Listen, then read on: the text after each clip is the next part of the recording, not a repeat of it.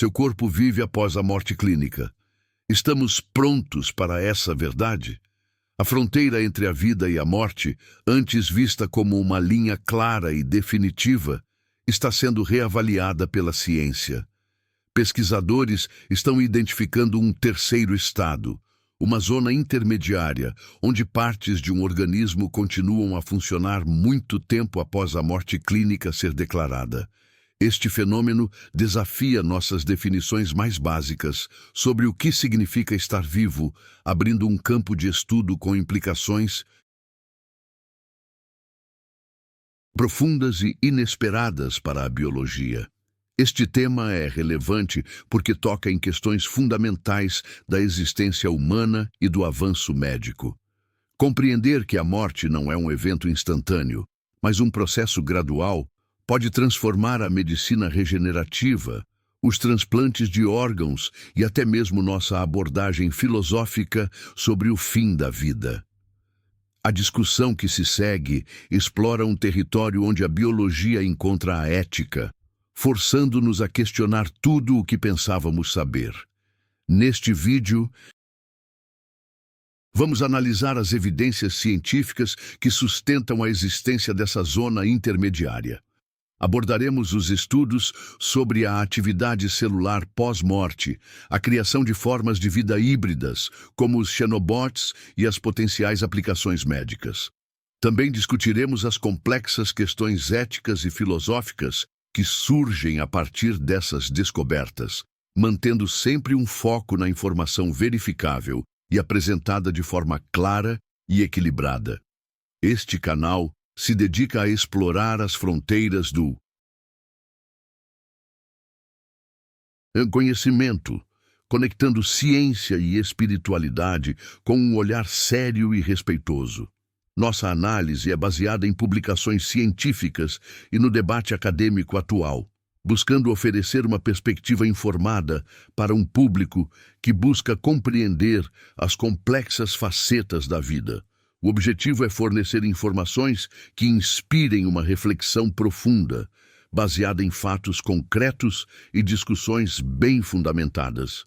Para entender a magnitude dessas novas descobertas, é essencial primeiro compreender como a ciência e a medicina definiram a morte até hoje.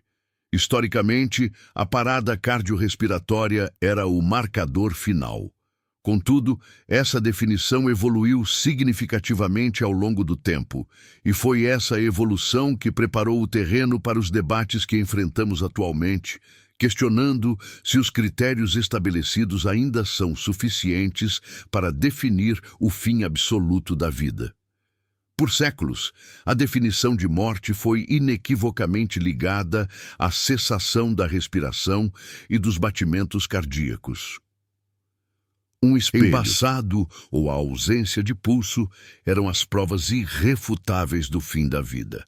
Essa definição, conhecida como morte cardiopulmonar, foi o padrão universal na medicina e na sociedade, refletindo uma compreensão mecanicista do corpo humano. Quando o motor para, a máquina desliga-se por completo e de forma irreversível. O advento da ventilação mecânica e das tecnologias de suporte à vida na metade do século XX mudou tudo. Pacientes podiam ter seus corações e pulmões funcionando artificialmente, mesmo sem qualquer atividade cerebral. Isso forçou a comunidade médica a criar um novo critério, a morte encefálica. A partir de então, a perda irreversível de todas as funções cerebrais passou a ser legalmente reconhecida como morte em muitos países. Essa transição gerou debates intensos que persistem até hoje. Para algumas culturas e sistemas de crenças, um corpo quente com um coração batendo, mesmo que artificialmente, ainda é um corpo vivo. A ideia de morte cerebral introduziu uma dissociação entre a aparência de vida e a definição médica de morte, criando um limbo conceitual que desafiou percepções profundamente enraizadas sobre a alma e o corpo físico. A definição de morte cerebral, embora prática para questões como transplantes de órgãos, baseia-se na ideia de que o cérebro é o centro de comando do organismo. A perda de sua função representaria a perda da integração do corpo como um todo. Essa visão vê o organismo como um sistema hierárquico, onde a falha do chefe, o cérebro, leva ao colapso inevitável e desorganizado de todas as outras partes subordinadas. No entanto, essa premissa de desorganização total está sendo diretamente desafiada. As novas pesquisas mostram que, mesmo após a morte cerebral e a parada cardíaca, uma complexa e coordenada atividade biológica pode persistir por horas, dias e até semanas. Este fato sugere que a vida não reside apenas no cérebro, mas está distribuída por todo o organismo, de uma forma muito mais resiliente do que imaginávamos. A revolução em nosso entendimento começou com observações surpreendentes em nível celular. Pesquisadores que estudavam amostras de tecido post-mortem começaram a notar atividades anômalas. Um dos estudos mais marcantes revelou que leucócitos, as células de defesa do nosso corpo, podiam permanecer funcionais por até 86 horas após o óbito do indivíduo. Elas não apenas sobreviviam, mas continuavam a executar suas funções de vigilância imunológica. Essa descoberta foi desconcertante. A morte clínica era vista como o ponto de colapso sistêmico, onde todas as funções coordenadas cessariam rapidamente devido à falta de oxigênio e nutrientes. No entanto, a persistência dos leucócitos sugeria que certas populações celulares possuíam mecanismos de sobrevivência autônomos, capazes de operar de forma independente do controle central do organismo por um período de tempo considerável. Isso levanta a questão: o que essa atividade residual significa? Não se trata de uma simples reação química passiva, mas de processos biológicos complexos e energeticamente dispendiosos. As células estavam consumindo recursos, movimentando-se e respondendo a estímulos, comportando-se como se ainda fizessem parte de um sistema vivo. Era a primeira pista concreta de que a biologia do pós-morte era muito mais complexa do que se supunha. Para a ciência forense e a medicina de transplantes, as implicações foram imediatas. A janela de tempo para a viabilidade de tecidos e órgãos poderia ser muito maior do que o estimado. Além disso, a atividade genética em células mortas, que se acreditava parar instantaneamente, foi observada continuando por dias, com alguns genes, especialmente os relacionados ao estresse e à inflamação, tornando-se até mais ativos após a morte. Essa persistência da vida em células imunes foi apenas a ponta do iceberg. Outros estudos começaram a investigar diferentes tipos de tecidos, buscando entender se esse fenômeno era uma exceção ou uma regra. A pergunta que impulsionou a pesquisa foi: se as células de defesa sobrevivem, o que dizer de tecidos com outras funções, como os responsáveis pela regeneração e pela estrutura do corpo? Expandindo as investigações, cientistas examinaram tecidos musculares, e os resultados foram ainda mais impressionantes.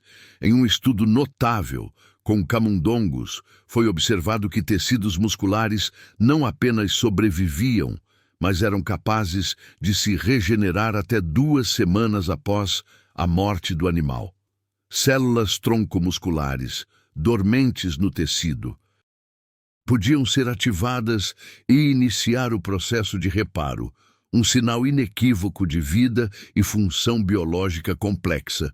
Esse fenômeno não se limitou a roedores. Em outra linha de pesquisa, células de ovinos e caprinos foram coletadas após o abate e colocadas em cultura de laboratório. Surpreendentemente, essas células puderam ser mantidas vivas e se multiplicando por até 1 mês. Isso demonstra que, dadas as condições certas, a vitalidade celular pode ser estendida muito além da vida do organismo do qual se originaram, mantendo seu potencial biológico intacto.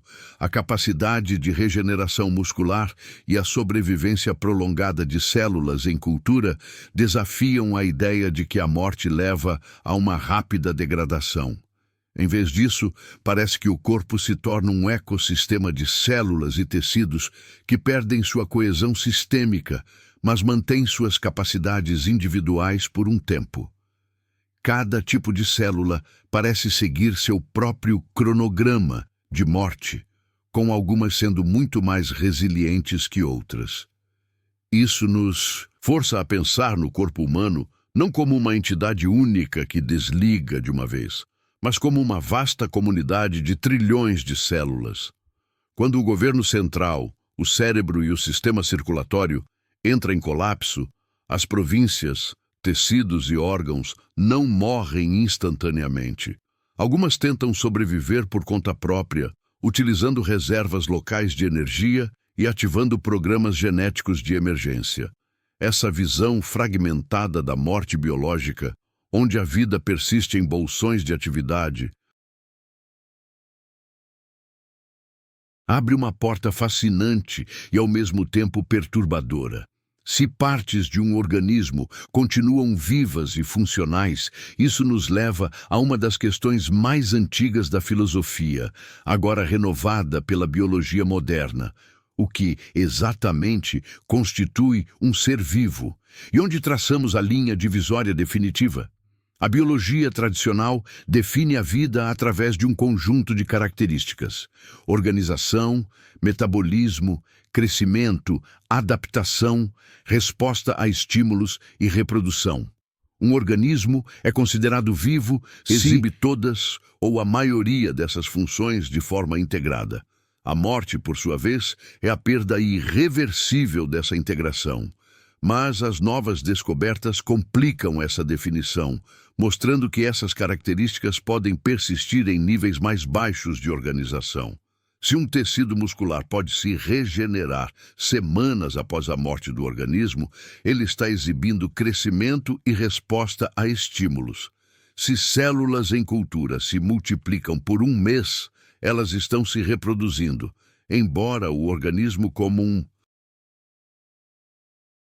todo não exista mais. Fragmentos dele continuam a expressar as propriedades fundamentais da vida. Isso sugere que a vida não é uma propriedade binária de ligado ou desligado, mas uma qualidade que pode existir em diferentes escalas. Este paradoxo nos leva a um terreno filosófico profundo. Devemos considerar a vida como uma propriedade emergente que só existe no nível do organismo completo? Ou a vida é uma característica fundamental das próprias células, que simplesmente se organizam para formar um ser maior?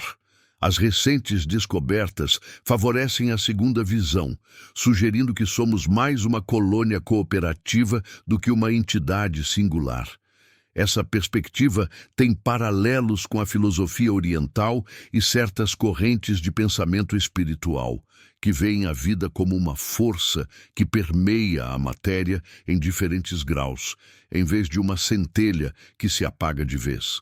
A ciência, ao observar a tenacidade da vida em nível celular, parece estar encontrando evidências para uma visão mais fluida e contínua da existência biológica, borrando as linhas que antes pareciam tão nítidas. A consequência mais radical desse pensamento é a possibilidade de usar essa vitalidade residual para novos propósitos. Se as células mantêm seu manual de instruções e sua capacidade de funcionar, seria possível reprogramá-las ou reagrupá-las para criar novas estruturas? É exatamente essa pergunta que levou os cientistas a um dos campos mais inovadores e controversos da biologia moderna: a criação de biorobôs.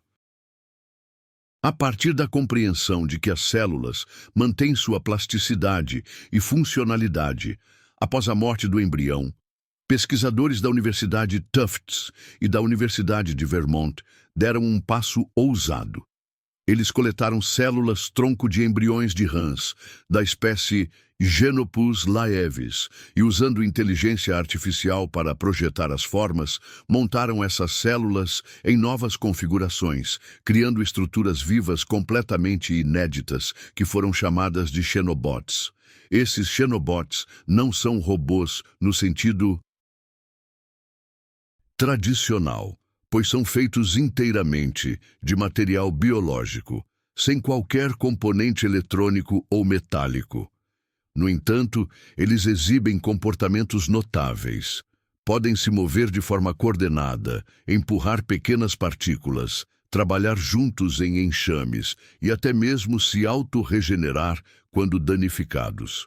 São, em essência, máquinas biológicas programáveis, construídas a partir de células vivas. O mais surpreendente é que esses comportamentos não foram explicitamente programados nas células. Cientistas apenas as agruparam em uma determinada forma. As próprias células, seguindo suas regras genéticas inerentes de comunicação e cooperação, descobriram como trabalhar juntas para gerar movimento e função. Isso demonstra uma inteligência coletiva celular que vai muito além do que se pensava ser possível fora de um organismo natural.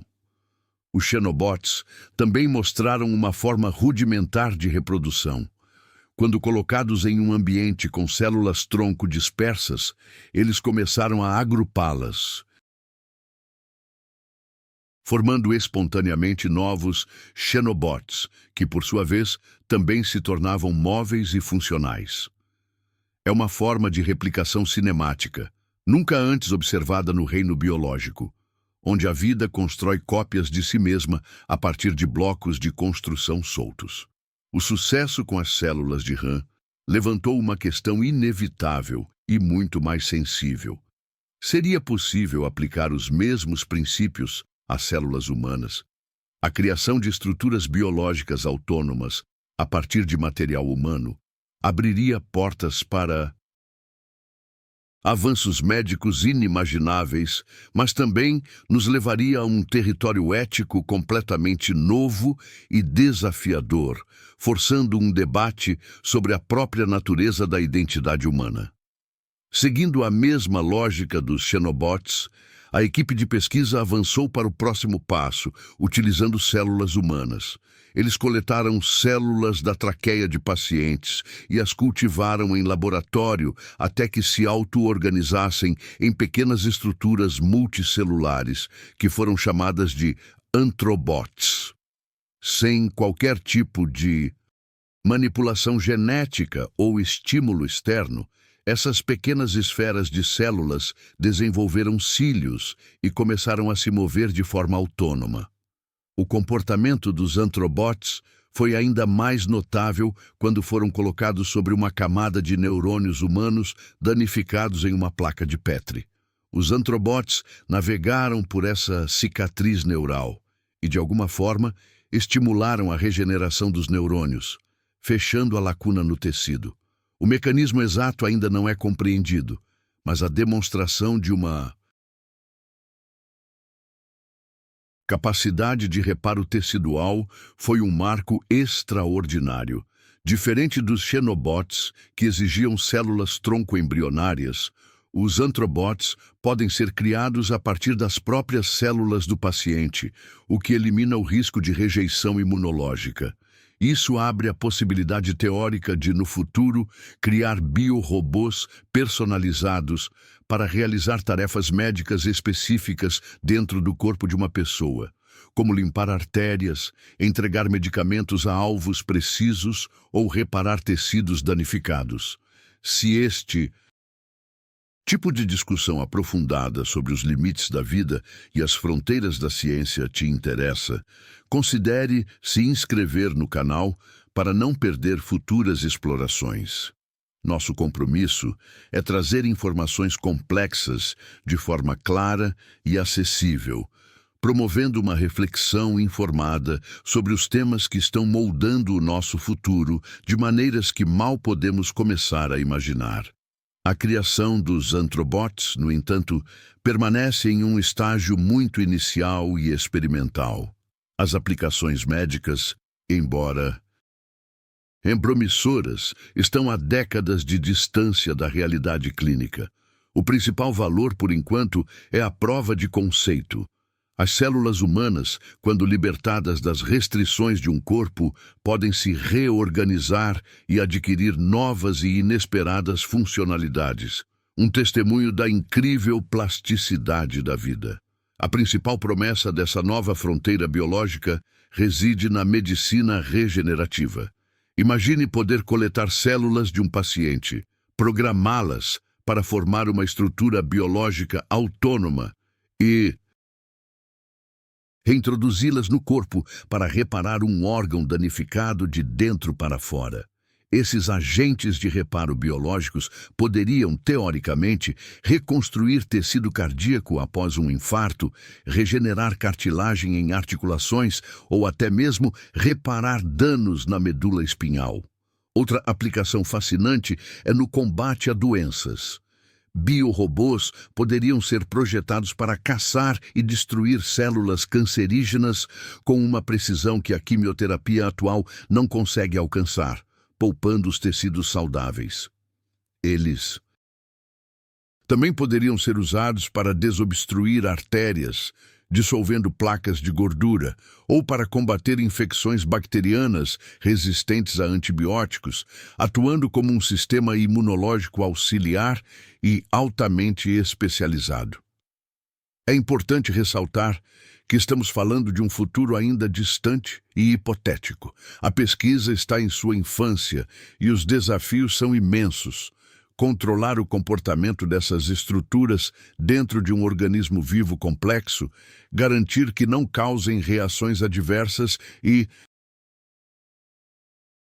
definir como desligá-las após cumprirem sua missão, são apenas alguns dos obstáculos técnicos e de segurança que precisam ser superados.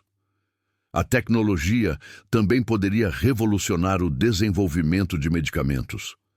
Em vez de testar novas drogas em animais ou culturas de células estáticas, seria possível usar organoides ou estruturas semelhantes aos antrobots para simular a resposta de tecidos humanos de forma muito mais realista.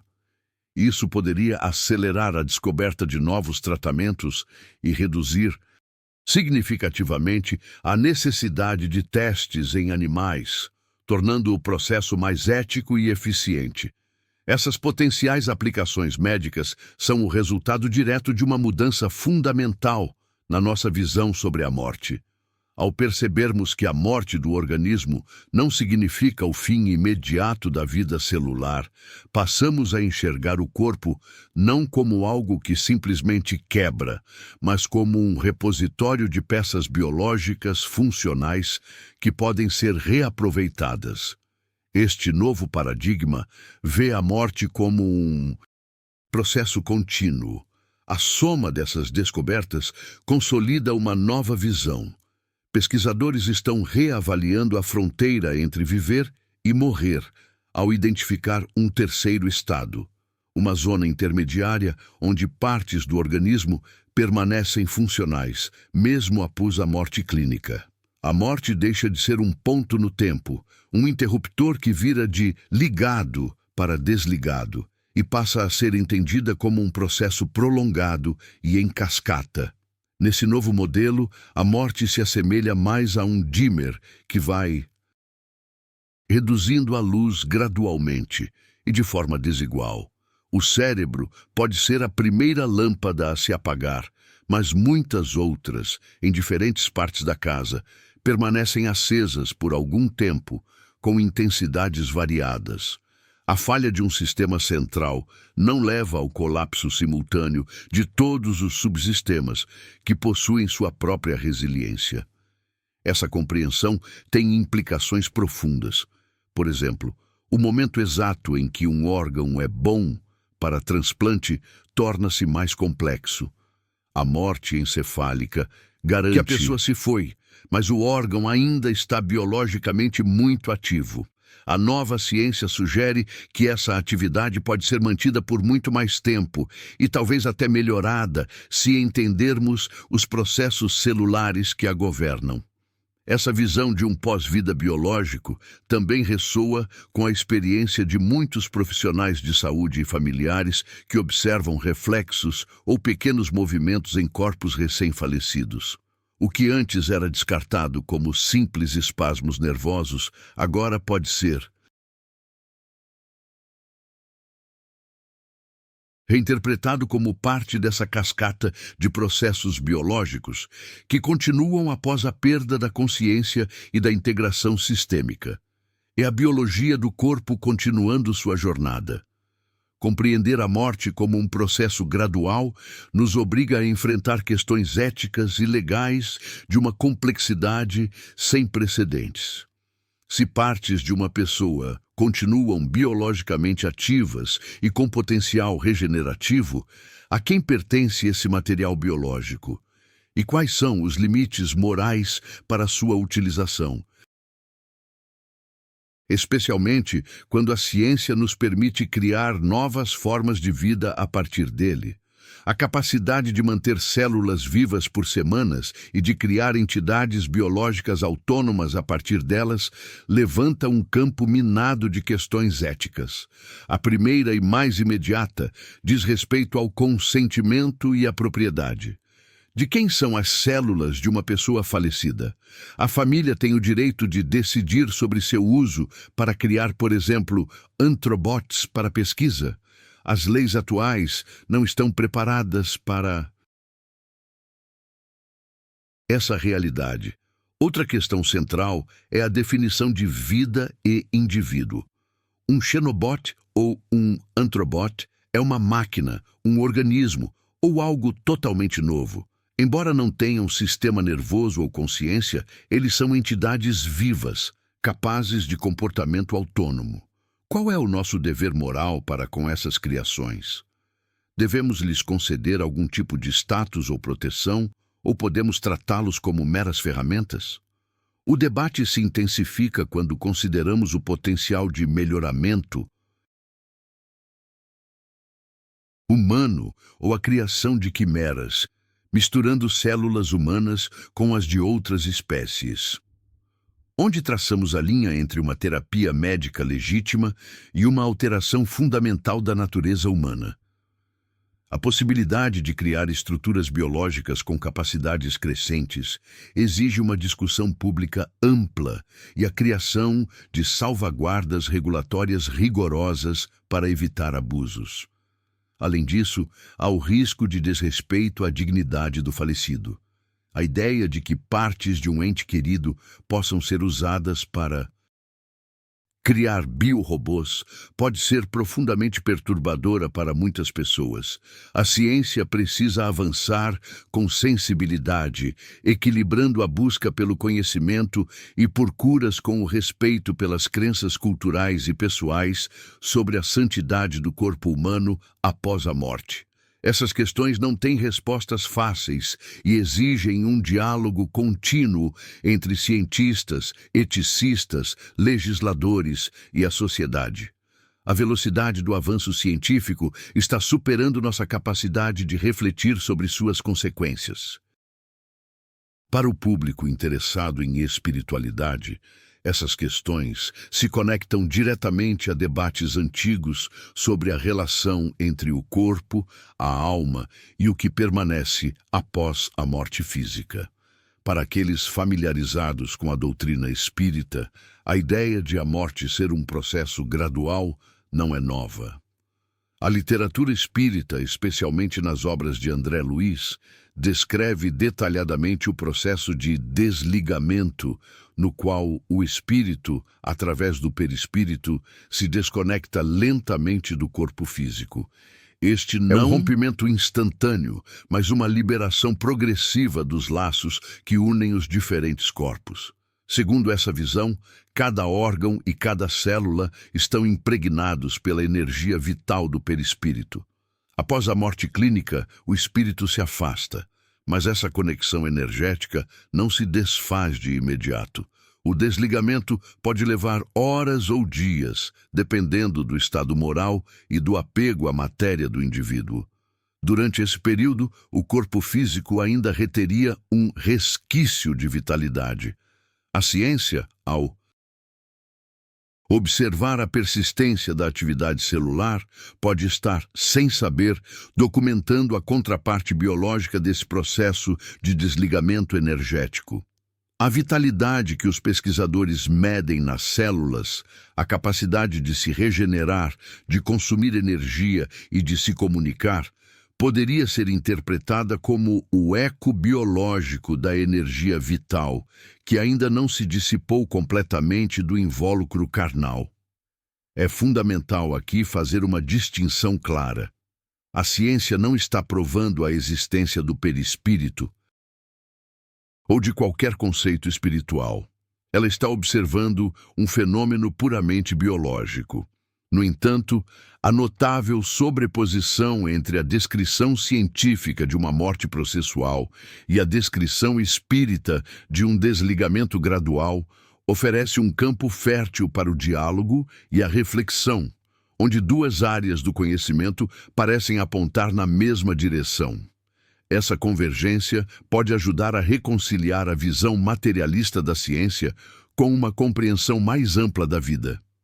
A ciência descreve o que. As células continuam ativas. A espiritualidade oferece um porquê. A conexão com o corpo espiritual ainda não foi totalmente rompida. Juntas, elas podem nos dar uma imagem mais completa e profunda do que realmente acontece na misteriosa transição entre a vida e a morte. O Espiritismo postula a continuidade da vida do espírito após a morte do corpo. A morte física é vista como uma transição, não um fim. De forma análoga, a biologia moderna está revelando uma continuidade da vida biológica em um nível diferente. A vida do organismo termina, mas a vida das células que o compunham continua, ao menos por um tempo, buscando preservar-se e até mesmo se reorganizar. Essa resiliência celular pode ser vista como um reflexo, no plano material, do princípio maior da imortalidade da alma. Assim como o espírito carrega consigo a individualidade e as experiências, as células carregam o manual de instruções genético e a capacidade de executar funções vitais. Em ambos os casos, a informação e a capacidade de ação sobrevivem à dissolução da estrutura maior que as abrigava, seja o corpo ou a personalidade terrena. A descoberta de que genes associados ao desenvolvimento embrionário podem ser reativados em células após a morte é particularmente intrigante. É como se, na ausência de um comando central, as células regredissem a um estado mais fundamental, acessando programas genéticos primordiais. Para um olhar espiritualista, isso pode simbolizar a matéria tentando retornar à sua forma mais básica enquanto o princípio organizador espiritual se retira. Esta não é uma prova, mas uma poderosa metáfora. A ciência está nos mostrando que a matéria orgânica tem uma vontade intrínseca de viver, de se organizar e de persistir. Essa tenacidade biológica não contradiz a ideia de uma força vital ou de um princípio espiritual. Pelo contrário, ela fornece um substrato físico plausível, através do qual essas forças poderiam atuar e se expressar no mundo material. Portanto, em vez de ver a ciência e a espiritualidade como campos opostos, podemos vê-los como duas lentes diferentes, olhando para o mesmo fenômeno.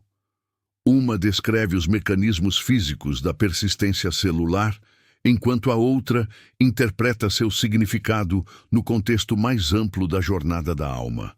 A verdadeira compreensão pode estar na síntese dessas duas perspectivas, reconhecendo a complexidade do ser em seus múltiplos níveis. É crucial estabelecer uma distinção fundamental neste ponto da discussão. A atividade biológica.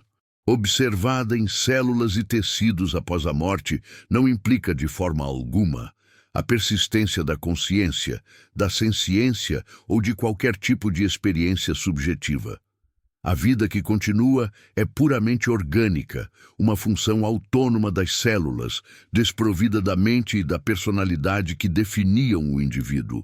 A consciência, como a entendemos, é uma propriedade emergente da atividade complexa e integrada do cérebro. Com a morte encefálica e a subsequente parada da circulação, a arquitetura necessária para a consciência se desintegra de forma irreversível. O que resta é o que os cientistas chamam de vida residual ou vida celular, que é a capacidade das células de realizarem suas funções metabólicas básicas de forma isolada. Ignorar essa distinção pode levar a mal-entendidos perigosos e a conclusões equivocadas. Afirmar que uma pessoa está parcialmente viva porque suas células musculares ainda funcionam seria um erro conceitual. A pessoa, como entidade consciente e integrada, já não existe. O que existe é um conjunto de componentes biológicos que ainda não cessaram completamente suas operações individuais. A perspectiva espírita corrobora essa distinção. O espiritismo afirma que o espírito, portador da consciência e da individualidade, se separa do corpo. O corpo, então, torna-se apenas matéria orgânica em processo de decomposição, embora ainda possa reter um resquício de fluido vital por algum tempo. Não há, em momento algum, a sugestão de que a consciência permaneça aprisionada no cadáver. Portanto, ao explorar essa fascinante zona intermediária, devemos manter a clareza. Estamos falando sobre a redefinição dos limites da vida biológica, não da consciência. A grande questão, levantada por essas descobertas, não é quando a pessoa morre, mas sim quando o corpo, como sistema biológico, realmente para de funcionar em todos os seus níveis. Olhando para o futuro, a pesquisa nesta área se concentrará em mapear com precisão o cronograma da morte para cada tipo de célula e tecido no corpo humano. Os cientistas querem entender quais genes são ativados e desativados após o óbito e quais mecanismos permitem que certas células sobrevivam por tanto tempo sem o suporte do organismo. Este conhecimento é a chave para desbloquear o potencial médico dessas descobertas.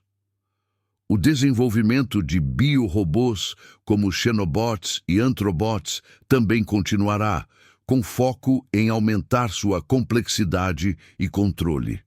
Os pesquisadores buscarão formas de programar mais sofisticados nessas estruturas, para que possam executar tarefas médicas com maior precisão e autonomia. A segurança e a contenção dessas entidades biológicas serão, naturalmente, uma prioridade máxima em todos os experimentos futuros. Paralelamente à pesquisa biológica, haverá uma necessidade crescente de desenvolver um arcabouço ético e legal robusto. Discussões sobre a patenteabilidade de formas de vida sintéticas, os direitos sobre o material biológico post-mortem e as regras para a pesquisa com células humanas se tornarão cada vez mais urgentes. A sociedade precisará se envolver ativamente nesse debate para garantir que a tecnologia seja usada de forma responsável. As grandes questões filosóficas permanecerão no centro da discussão. O que exatamente é um organismo? Onde termina um indivíduo e começa uma colônia de células? A capacidade de criar vida programável a partir de componentes biológicos nos torna co-criadores da natureza? Essas perguntas, antes relegadas à ficção científica, agora estão batendo à porta dos laboratórios e dos comitês de ética em todo o mundo. Em última análise, esta nova fronteira da ciência nos força a uma profunda humildade. Quanto mais investigamos a vida, mais complexa e misteriosa ela se revela.